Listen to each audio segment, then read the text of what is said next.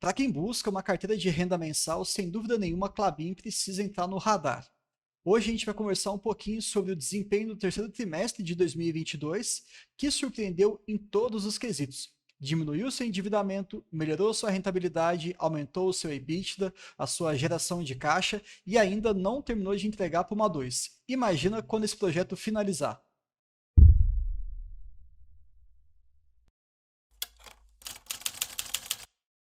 Vamos começar então pelos destaques. A receita líquida alcançou 5,4 bilhões de reais, um aumento de 26% em relação ao mesmo período do ano passado. O ROIC, né, o retorno sobre capital investido, está quase atingindo 20%, está acima de 19%. O EBITDA ajustado surpreendeu demais, 2,3 bilhões, um crescimento de 20%. O endividamento continua caindo, estava lá no trimestre do ano passado em 3,1, no segundo TRI de 22, 2,7 e agora 2,6. E o Puma 2 continua aí evoluindo com 65% de tudo pronto. Vamos tentar entender o que esses valores representam para o acionista e também para a empresa para os próximos anos. Falando um pouquinho sobre a produção de celulose e papéis, a gente percebe que esteve aproximadamente em linha, com um crescimento bem singelo de 6%, mas na parte de papéis um aumento expressivo, principalmente por conta de Puma 2. E eu queria destacar um ponto fundamental aqui em relação à adaptação operacional. Perceba que aqui o Kraftliner ele teve um aumento de 4% e a parte de reciclados uma diminuição de 4%. E por que isso aconteceu? O gerenciamento da empresa hoje consegue desviar a sua produção para aquilo que tem mais demanda. Isso mostra também uma capacidade muito interessante frente às oscilações que o mercado pode apresentar. Esse aspecto aqui de paradas de manutenção, eu acho fundamental a gente entender. Você vai enxergar uma pequena redução ali no EBITDA da empresa. E isso pode ser um reflexo relacionado com a diminuição da capacidade da empresa? Não necessariamente. Às vezes é apenas uma parada de manutenção. Se a gente for olhar, no último trimestre nós não tivemos nenhuma parada, e isso foi excelente. E já em outubro, a unidade de Otacílio Costa, em Santa Catarina, fez a sua parada, mas já está em atividade no momento em que eu gravo esse vídeo, dia 26/10 de 2022. E quando a gente olha para o cronograma de 2023, saibam que abril, maio e julho são meses que a gente vai enxergar ali alguma diminuição da produção, mas não necessariamente isso vai impactar o resultado final da empresa. Saibam, toda parada de manutenção ela é importante para a perpetuidade do negócio.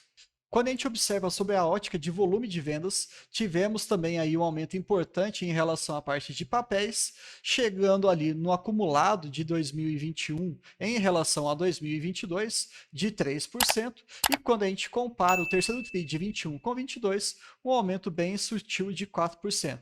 Então, em termos de volume, está bem em linha, nada que tenha alterado. E mais um ponto fundamental para vocês entenderem em relação à resiliência da empresa. Pode ter eleição, pode ter crise lá fora, pode ter inflação, pode ter o que for. A capacidade de geração de produtos e também de serviços, aliado ao volume de vendas, é muito resiliente, é muito estável e crescente. Isso é extremamente saudável pensando no longo prazo.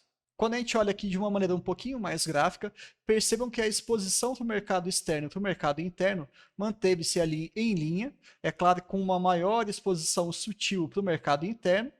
E quando a gente olha o mix de produtos, nós temos aí uma diversificação muito interessante. 41% na celulose, 27 embalagens, 18 cartões e 14 containerboard. Qual que é o ponto principal disso aqui? É perceber que através desse mix de produtos, a empresa sempre consegue ajustar em relação à demanda. A sua produção está muito aliada à demanda. Teve uma demanda maior para celulose, foca para isso. Teve uma demanda menor para cartões, diminui também essa parte de cartões.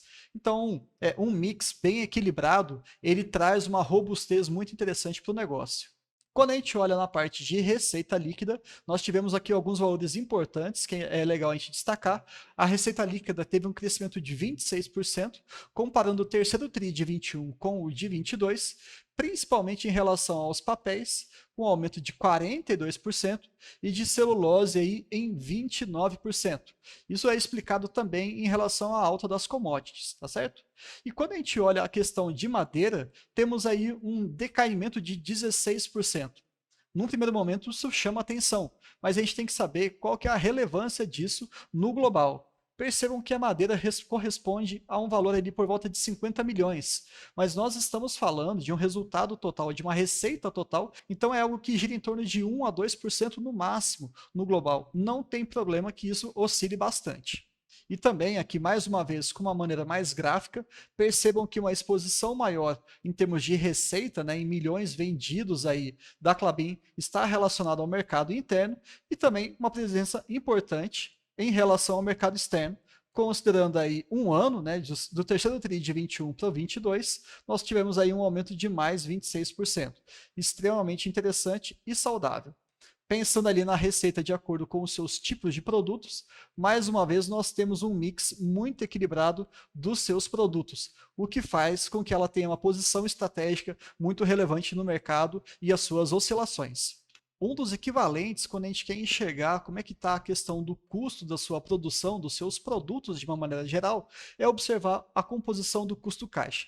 Percebam que isso aqui é apenas um caráter informacional, tá? Não é nada assim especificamente nesse valor. Eles fazem uma média de tudo que eles têm ali em relação à produção. E quando a gente pega então os valores, nós saímos ali de R$ 940 a tonelada no terceiro TRI de 21 e fomos até R$ 1.400 aproximadamente por tonelada em 2022, no terceiro trimestre. Isso preocupa a gente um pouco, porque a gente está percebendo que o custo dos seus produtos está aumentando. Mas, ao mesmo tempo, isso é explicado pela alta das commodities, principalmente ali em relação ao combustível e também a soda cáustica. Mas no frigir dos ovos, não interessa muito se o custo subiu, desde que isso consiga ser repassado para suas receitas. E a empresa tem conseguido fazer isso. Então, dos males, o menor. E mais a título de curiosidade, eles deixam aqui também para a gente a composição desse custo relacionado ao pessoal, aos fretes, aos químicos, à manutenção das máquinas, enfim. Ele coloca aqui e a gente percebe que fica bem estável em relação ao terceiro TRI do ano passado com o terceiro TRI atual. E quando a gente fala de EBITDA e Klabin, o nosso interesse já aumenta, não é verdade? Até porque o nosso dividendo vem em função dessa métrica aqui. Não se assustem, porque vocês vão ler aí no mercado algumas notícias falando que Klabin aumentou o seu lucro líquido em quase 70%. Mas isso pode oscilar muito de um trimestre para o outro, tanto que a gente pode observar ali do terceiro TRI de 22 para o segundo de 2022, um aumento de 111%. Mas a gente tem que ficar de olho sempre no EBITDA ajustado. Tranquilo? Se a gente observar aqui, nós chegamos à métrica de 2,3 bilhões em apenas 3 meses, com uma margem extremamente saudável. E quando a gente compara isso ano a ano, nós temos um aumento aí de 20%, e com o trimestre passado um aumento aí de 25%. E você pode se perguntar como é que uma empresa já tão bem consolidada, com mais de 120 anos, consegue ter esse tipo de crescimento trimestre a trimestre. Muito em função do maior investimento que eles fizeram, que é o Puma 2, que não finalizou ainda. Se a gente for olhar aqui a questão do endividamento, eu acho isso extremamente fundamental quando a gente conversa sobre Klabin também. Percebam que eles têm hoje em caixa 6,2 bilhões de reais e boa parte da dívida no curto prazo consegue ser sanada sem problema nenhum. É uma dívida relativamente bem administrada. E os maiores valores eles estão ali a partir de 2029, principalmente a partir de 2032. Mas, dada a previsibilidade de caixa da Klabin, isso não assusta a gente. Lembrando que essa métrica de dívida líquida pelo EBITDA já esteve superior a 4 vezes, e hoje nós estamos falando de algo em torno de 2,6, 2,7, dependendo aí de como que você vai observar a dívida em dólares ou a dívida em reais. Então, um bom gerenciamento de dívida muito bem feito pela Klabin.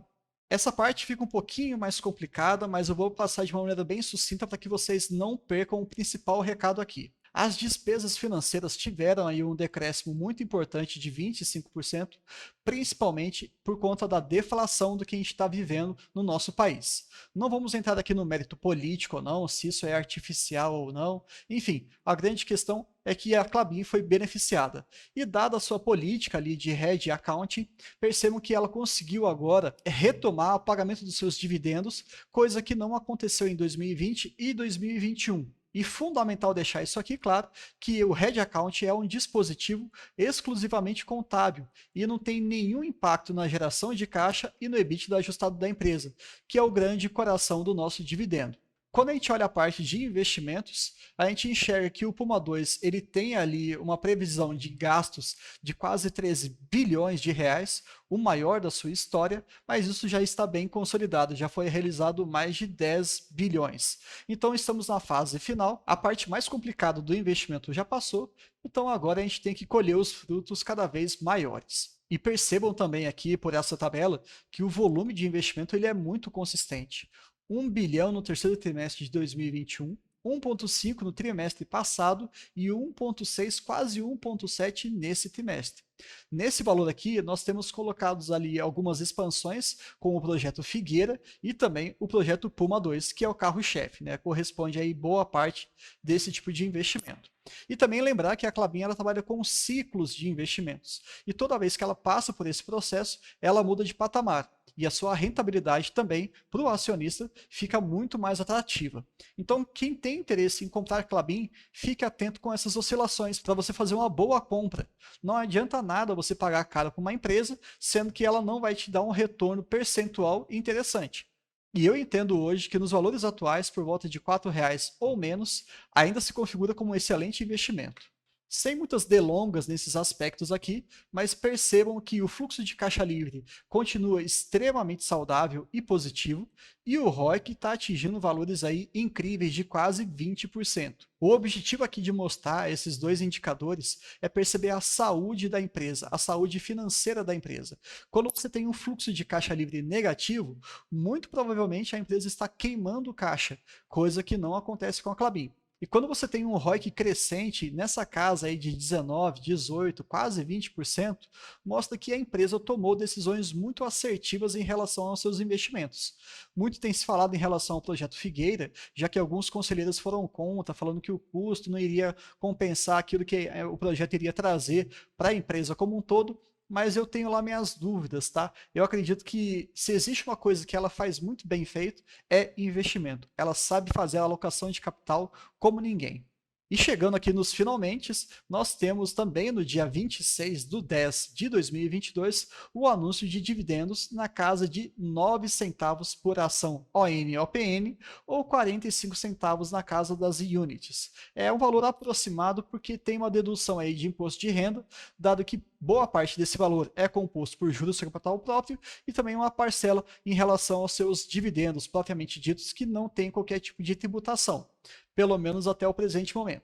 A data do pagamento vai ser no dia 14/11 e a data X vai ser no dia 1/11. Ou seja, a partir dessa data você não tem mais o benefício de receber desses proventos. E como resumo desse vídeo, que eu acho que é a parte mais importante, desse resultado, o que a gente pode falar? A empresa continua sendo o que ela é. Excelente naquilo que ela se propõe, se posicionando muito bem no mercado interno, no mercado externo, com um mix de produtos que faz com que ela tenha uma solidez dos seus resultados muito interessante. Então, previsibilidade, perenidade, boa governança e uma boa remuneração para os seus acionistas. Não tem mais nada que você procure numa carteira de renda mensal. Você quer esse tipo de empresa. E se você quiser entender alguns detalhes mais específicos, como é que a gente calcula o dividendo, quais são as projeções e qual que é um detalhamento maior sobre o projeto Puma 2, eu vou deixar o vídeo aqui para vocês no como card final, que é o mais visto do meu canal. Disparou em relação à visualização e também em comentários e likes. Foi um conteúdo de muito valor e eu espero que você aproveite, porque ele complementa muito o que a gente acabou de discutir aqui em relação ao balanço do terceiro trimestre. Tá bom? Por hoje é só, deixa o seu like, não deixa de se inscrever no canal e nós temos ainda vários outros balanços de várias outras empresas. Me acompanha aqui que a gente vai conseguir conversar sobre muita coisa ainda. Combinado? É esse o vídeo aqui, ó.